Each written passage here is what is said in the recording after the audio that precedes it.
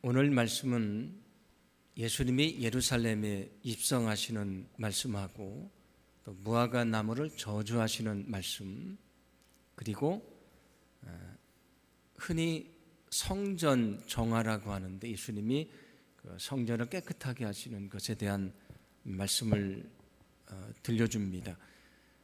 전에 말씀드렸던 것처럼 원래 예수님의 사역의 중심지는 갈릴리 그 바닷가에 있는 가버나움이라고 하는 마을이었는데 거기가 예수님의 사역의 중심지입니다. 그런데 이제 마지막 예수님의 사역의 중심지가 예루살렘으로 옮겨지게 됩니다. 그래서 오늘 이 말씀은 본격적으로 예수님이 예루살렘에서 사역하시는 것을 말씀해 줍니다.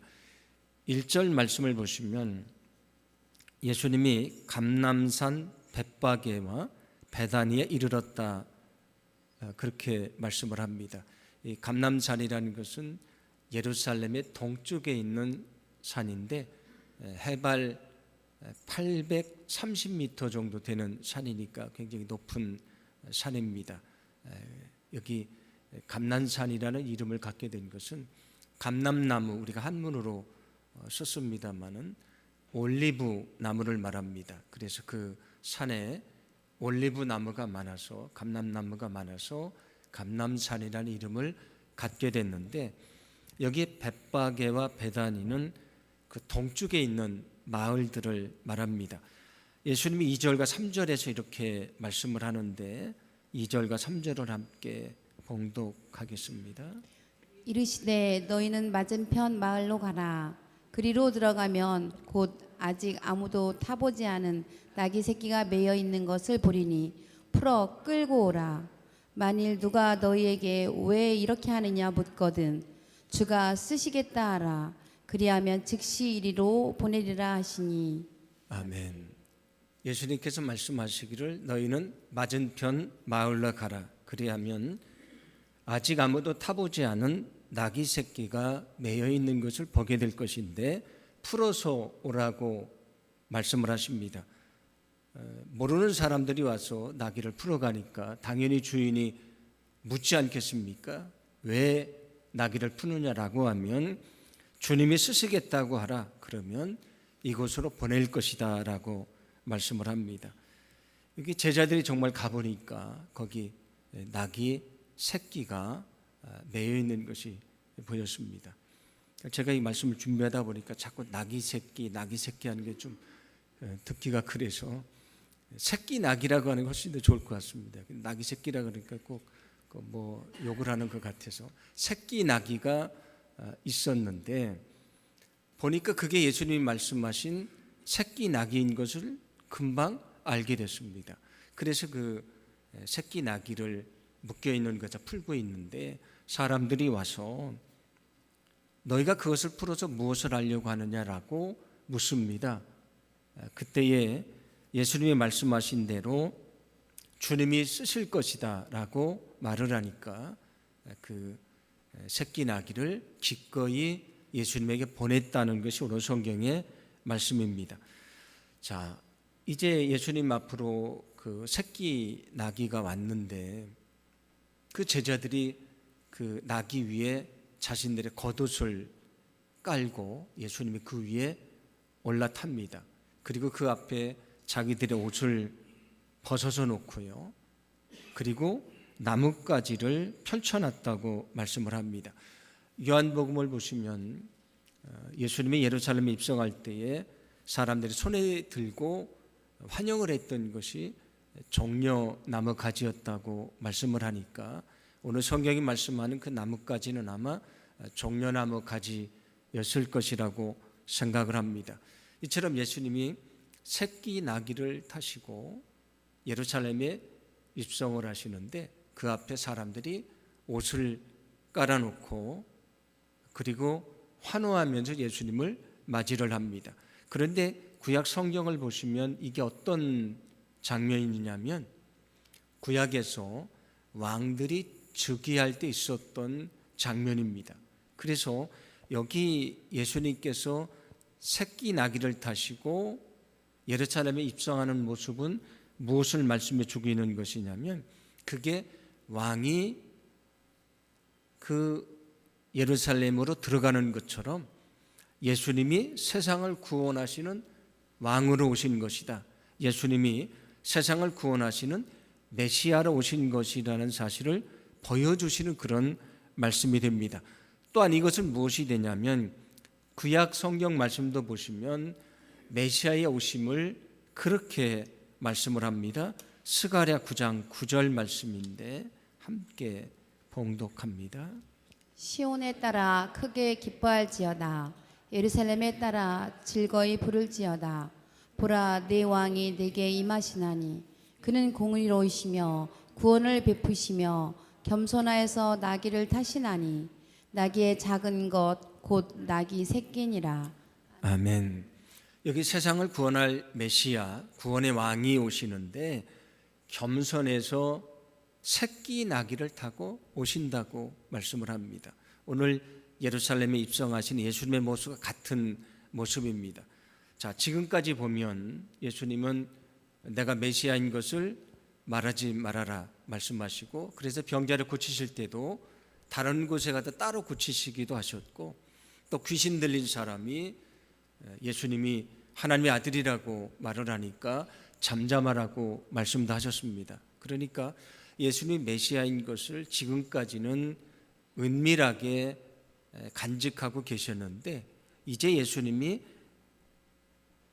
나귀를 타고 예루살렘에 입성하시는 모습을 통해서 이제 공개적으로 예수님이 세상을 구원하실 메시아라는 것을 선포하기 시작하셨다는 말씀이 됩니다. 그때 사람들이 이렇게 외치는데 9절과 10절입니다. 함께 봉독합니다. 앞에서 가고 뒤에서 따르는 자들이 소리 지르되 호산나 찬송하리로다. 주의 이름으로 오시는 이여 찬송하리로다. 오는 우리 조상 다윗의 나라여 가장 높은 곳에서 호산나 하더라. 아멘. 사람들이 종려나무 가지를 들고 흔들면서 예수님에 대해서 호산나라고 외쳤다고 말합니다. 호산나의 뜻은 오 우리를 구원하소서, 그런 뜻입니다. 우리를 구원하소서라는 뜻인데, 시편 118편 25절을 보시면 여호와여 구함나니 이제 구원하소서라는 말씀이 나옵니다. 그래서 사실은 호산나라는 외침은 이 짧은 기도입니다. 그 내용은 여호와여 구함나니 이제 우리를 구원하소서, 그게 바로 호산나의 뜻이 되는데, 사람들이 예수님에 대해서 환호를 하면서 우리를 구원해 달라고 외칩니다. 그래서 이제 모든 사람들에게 예수님이 세상의 구원자인 것을 드러나게 되셨다는 것을 오늘 성경은 말씀해 주고 있는 것입니다.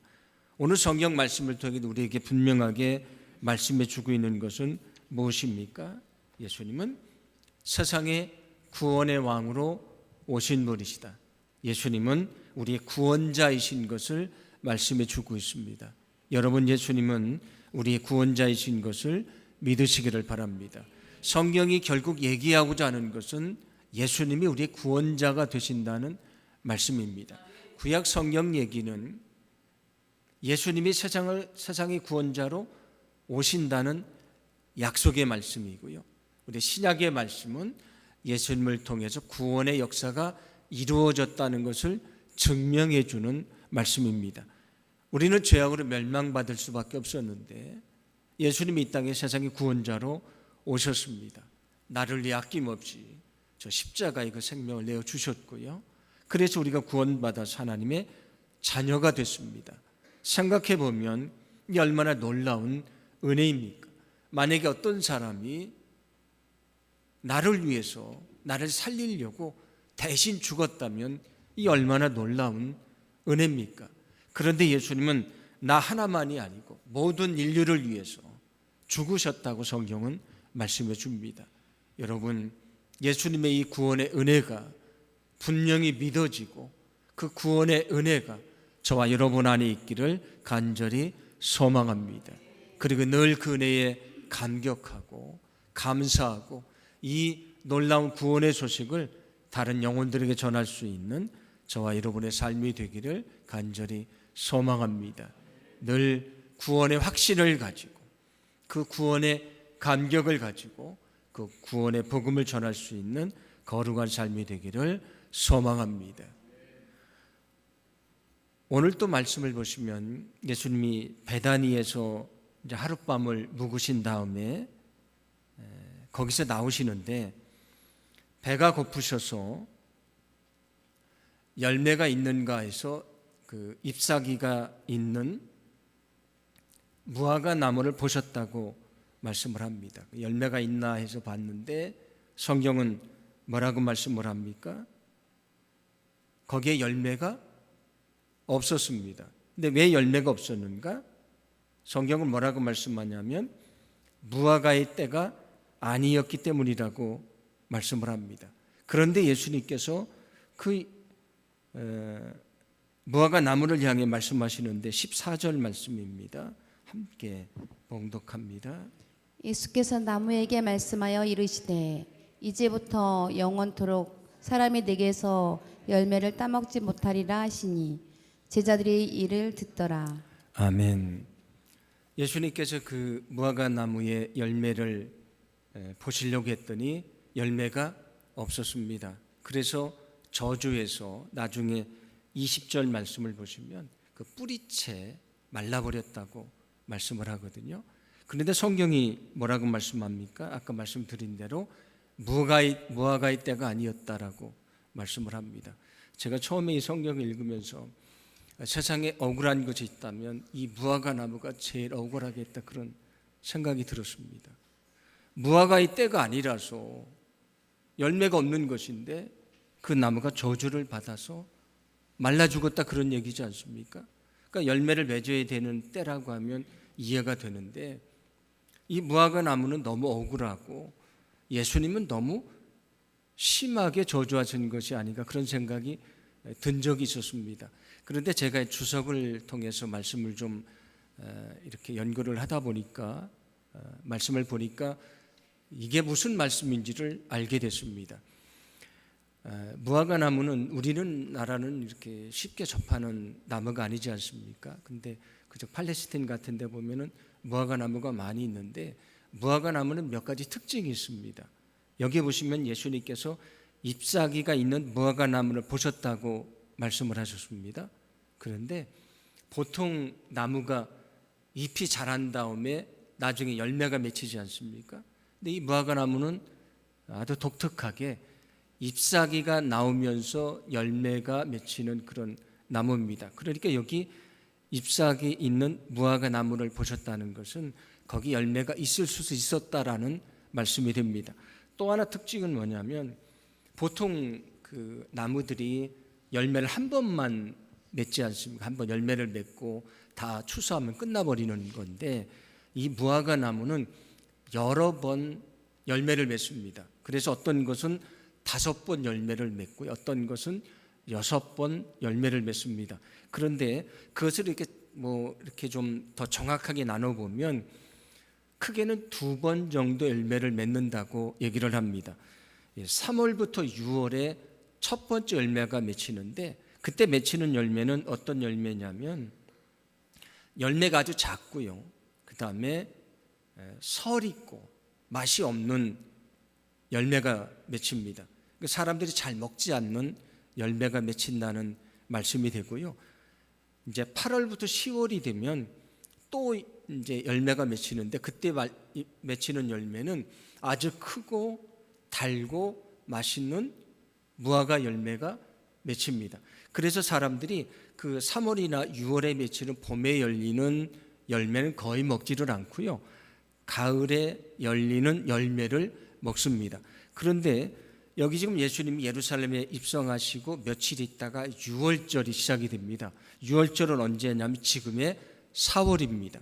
그러면 아까 3월부터 6월에 열매가 맺힌다고 했으니까 4월이면 사람들이 잘 먹지 않는 그렇게 작은 설익은 열매가 맺힐 때가 됐다는 말씀이 됩니다. 그리고 아까 제가 말씀드린 대로 무화과 나무는 잎이 나오면서 열매가 맺힌다고 했습니다. 근데 예수님께서 잎사귀를 보셨다는 얘기는 열매가 맺힐 때가 됐었다 그런 얘기입니다. 그래서 오늘 성경이 말하는 무화과의 때가 아니라고 하는 것은 전혀 열매가 열리지 않는 때가 아니다, 그런 얘기가 아니고요. 보통 가을에 열리는 그 큰 열매를 사람들이 먹는데 그때가 아니고 봄이라는 얘기입니다. 거기도 열매가 있기는 있다는 것입니다. 물론 그것을 먹는 사람들도 있지만 거의 먹지 않는데 분명히 열매는 있어야 된다, 그런 얘기입니다. 열매도 있어야 되고 잎사귀도 나왔으니까 열매가 분명히 있어야 되는데 예수님이 보시니까 열매를 작은 것이라도 맺혀야 되는데 그 나무는 열매가 아예 없었던 것입니다. 그래서 예수님께서 열매 없는 그 무화과 나무를 저주하셨다고 말씀을 합니다. 이렇게 보면 그 무화과 나무는 억울한 것이 아닙니다. 사실은 작은 열매라도 맺어야 되는데 그 열매도 없었다는 말씀이고 예수님은 정당하게 저주를 하셨다는 말씀입니다. 이 이야기를 통해서 예수님께서 우리에게 무엇을 말씀해 주고자 하는 것인가? 물론 우리가 다음 시간에 살펴볼 것인데 거기는 기도하고 연결을 시키시고 용서란 것하고도 연결을 시키십니다. 그런데 먼저 우리가 생각해야 될 것은 예수님이 무화과 나무를 쳐다보실 때는 기대를 가지고 열매를 가지고 쳐다보셨습니다.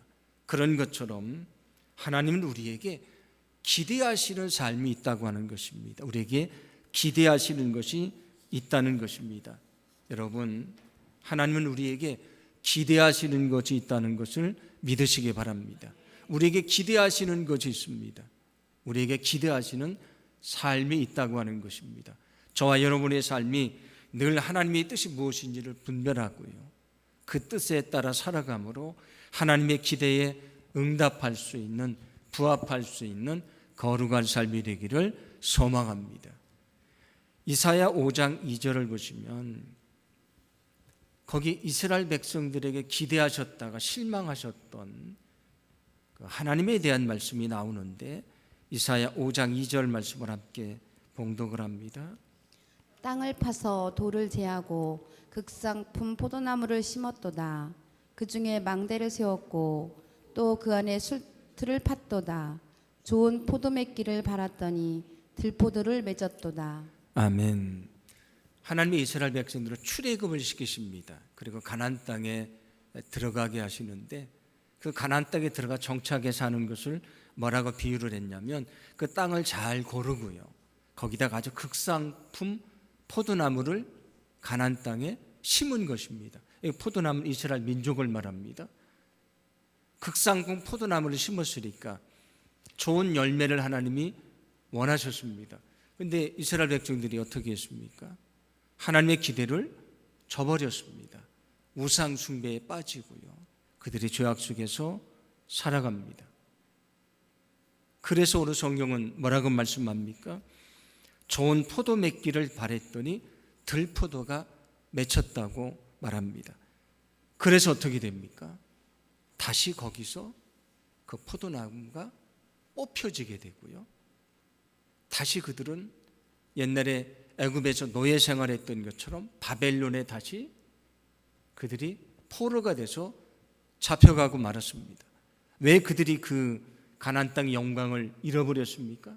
하나님이 그들에게 기대하시는 것이 있었는데 그 기대에서 벗어났기 때문입니다. 그들에게 좋은 열매를 원했는데 그들은 들포도를 맺고 말았다는 것입니다. 오늘 말씀을 통해서 우리에게 하나님은 우리에게 기대하시는 것이 있다는 것을 말씀해 주고 있습니다. 소망하기는 여러분이 매일매일 살아갈 때에 오늘 하나님은 나를 통해 무엇을 하기를 원하실까? 나를 통해 기대하시는 것이 무엇일까? 늘 하나님 앞에 질문하고 하나님의 뜻을 깨닫고요, 그 주님의 뜻에 따라서 살기를 원합니다. 그때 주님이 우리의 삶을 통해 기뻐하시고 우리의 삶이 하나님 앞에 영광 돌리는 거룩한 삶이 될 줄로 믿습니다. 우리가 날마다 살아가는 삶이 하나님의 기대하심에 합당한 그런 거룩한 삶이 되기를 간절히 소망합니다. 오늘 15절과 16절 말씀 보시면 이렇게 말씀을 합니다. 함께 봉독합니다. 그들이 예루살렘에 들어가니라. 예수께서 성전에 들어가사 성전 안에서 매매하는 자들을 내쫓으시며 돈 바꾸는 자들의 상과 비둘기 파는 자들의 의자를 둘러 엎으시며 아무나 물건을 가지고 성전 안으로 지나다님을 허락하지 아니하시고. 아멘. 여기 성전에서 매매하는 사람들하고 돈을 바꾸는 사람들을 내쫓았다, 그렇게 말씀을 합니다. 여기 성전에서 매매하는 사람들은 누구를 말하냐면 이 성전에서 재물을 파는 사람들을 말합니다. 왜냐하면 구약 성경에 보시면 그 재물은 흠이 없어야 됩니다. 그런데 먼 거리에서 재물을 가지고 왔습니다. 근데 처음에 출발할 때는 그게 흠이 없었는데 그 험한 길을 오는 과정 속에 상처를 입어서 흠이 생기면 하나님 앞에 드릴 수가 없는 재물이 되지 않습니까? 그래서 어떤 일이 생겨났냐면 돈을 가지고 와서 그 성전에서 흠없는 재물을 사서 하나님 앞에 드렸습니다. 여기 비둘기를 파는 사람들도 역시 마찬가지입니다. 예물을 드리는 것 중에 아주 가난한 사람들은 비둘기를 드렸는데 그 재물을 파는 사람들이 있었다는 말씀이 됩니다. 돈을 바꾸는 사람들은 어떤 사람들이냐면 그 당시 로마가 지배를 할 때니까 그 로마 화폐가 이제 공용 화폐입니다. 그런데 거기는 로마 황제의 얼굴이 새겨져 있습니다. 근데 그 당시 로마 황제는 자기를 신으로 숭배를 하라고 했습니다. 그런데 그 우상이 그려져 있는 그 돈을 하나님 앞에 예물로 드릴 수가 없는 것이지 않습니까? 그래서 성전에 드릴 수 있는 돈으로 바꾸어서 예물로 드렸습니다. 그래서 여기 돈을 바꾸는 사람들은 성전에 드릴 헌금을 바꾸어 주는 사람들을 말합니다. 그래서 여기 재물을 파는 것이나 돈을 바꾸는 것이 불법이 아닙니다. 그것은 아주 정상적인 것인데 문제가 뭐냐면 너무 비싸게 재물을 팔면서 중간 이득을 너무 많이 챙기는 사람들이 생겨났고요. 여기 돈을 바꿀 때도 우리가 뭐 달러 같은 것도 바꾸면 수수료를 받지 않습니까? 그러니까 수수료를 지나치게 받으면서 더 많은 이득을 챙겼다, 그런 얘기입니다. 그런데 그것만이 아니고요. 더 큰 문제는 뭐냐면 거기 재물을 팔거나 돈을 바꾸는 사람들이 누구와 관계가 되어 있냐면 제사장들과 관계가 되어 있었습니다. 제사장은 지금으로 말하면 성직자, 목회자입니다. 그래서 목회자들에게 관계가 되어 있었고 목회자들이, 성직자들이, 제사장들이 거기와 결탁을 해서 부당한 이득을 챙기고 있었다, 그런 얘기입니다. 성전에서 있어서는 안 되는 일들이 벌어지고 있었다, 그런 얘기입니다. 그래서 예수님께서 분노하시면서 그들을 내어 쫓으셨다고 성경은 말씀해 줍니다. 하나님의 거룩한 성전이 장사꾼들의 소굴이 됐다, 예수님이 그렇게 말씀을 하십니다. 그리고 여기 보시면 16절에 아무나 물건을 가지고 성전 안으로 지나다님을 허락하지 아니하셨다고 말씀을 합니다. 여기 그 성전 안으로 지나갔다 할 때 그 장소는 어디를 말하냐면 성전에는 여러 개의 뜰이 있습니다. 제일 안쪽에는 제사장 뜰이 있는데 거기는 제사장들만 들어갈 수 있고요. 그 다음에는 이스라엘 뜰이 있습니다. 이스라엘 뜰은 유대교의 남자들만 들어가는 뜰이고요. 그 바깥에는 여인의 뜰이 있습니다. 여인의 뜰은 누구만 들어가냐면 유대인의 여자들만 들어갑니다. 그리고 제일 바깥쪽에는 뭐가 있냐면 이방인의 뜰이 있습니다. 거기는 모든 사람이 다 들어갈 수 있습니다. 유대인들도 들어가고 이방인들도 다 들어갈 수 있는 뜰인데 여기 성전 안으로 지나다닌다는 것은 그 이방인들의 뜰을 말합니다. 자, 성전이 이스라엘 백성들이 바벨론에서 돌아와서 지은 그 수룹바벨 성전은 아주 작았습니다. 그런데 예수님 시대의 그 성전은 헤롯이 증축을 한 성전입니다. 그래서 그것을 헤롯 성전이라고 말하는데 헤롯 성전이 굉장히 커지다 보니까 여기 성전이 크게 있으니까 이쪽에 있는 사람들이 저 반대쪽으로 가려면 이렇게 길이 또 잘 나 있지도 않은 시대니까 아주 먼 거리를 돌아가야 됩니다. 그래서 이방인의 뜰은 아무나 들어갈 수 있으니까 사람들이 거기로 지름길로 사용을 한 것입니다. 그래서 거기로 자기들의 생활에 필요한 것, 장사를 위해서, 생업을 위해서 하나님의 성전의 뜰을 그냥 길로 사용을 했다. 통행하는 곳으로 사용을 했다. 그런 말씀이 됩니다. 쉽게 설명을 해드리면 우리 교회에 나가면 왼쪽에 그 쪽문 있지 않습니까?